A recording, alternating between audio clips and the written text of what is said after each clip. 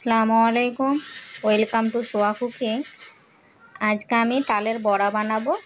তার জন্য প্রথমে আমি তাল থেকে তালের পিউরিটাকে বের করে নিয়েছি।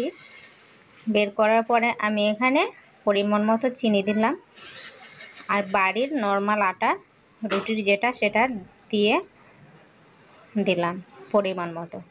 ভালো করে এই আটাটাকে মাখিয়ে নেব।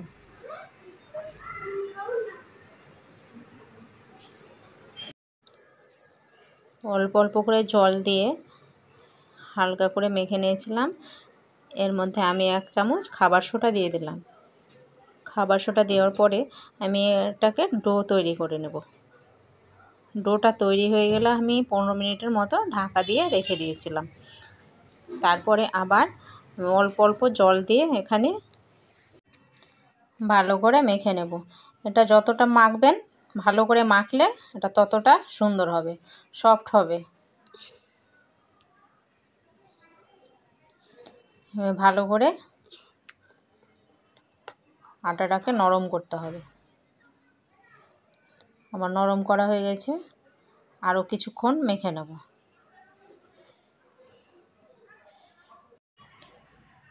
এখন এবার আমি মৌরি দেব। মৌরিটা দিলে খুব সুন্দর একটা ফ্লেভার আসে এবং খুব সুন্দর খেতে লাগে।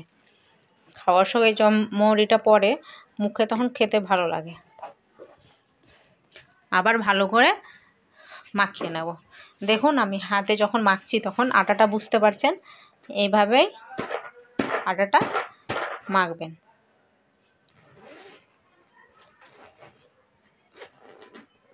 এরপরে আমি আবার এখানে 15 মিনিট ঢাকা দিয়ে রেখে দিয়েছিলাম।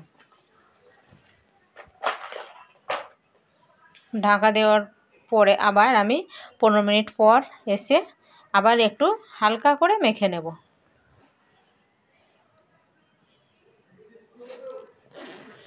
এখানে আমি একটা প্যানে তেল দিয়েছি, তেলটা গরম হয়ে এভাবে আমি করে দিয়ে দেব প্যানে।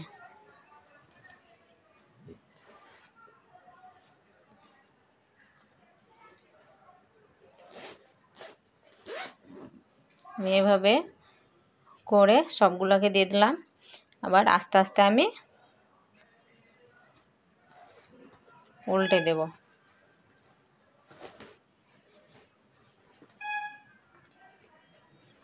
দেখুন কালারটা কত সুন্দর এসছে। আমার ভালো করে ভাজা হয়ে গেছে, এবার এটাকে তুলে নেব।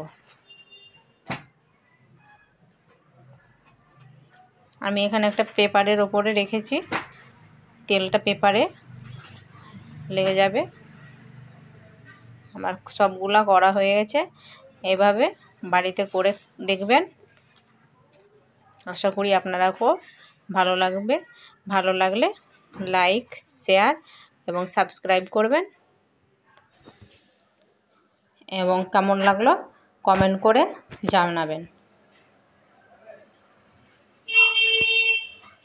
খুব সুন্দর হয়েছিল। এইভাবে বাড়িতে বানিয়ে অবশ্যই খেয়ে দেখবেন।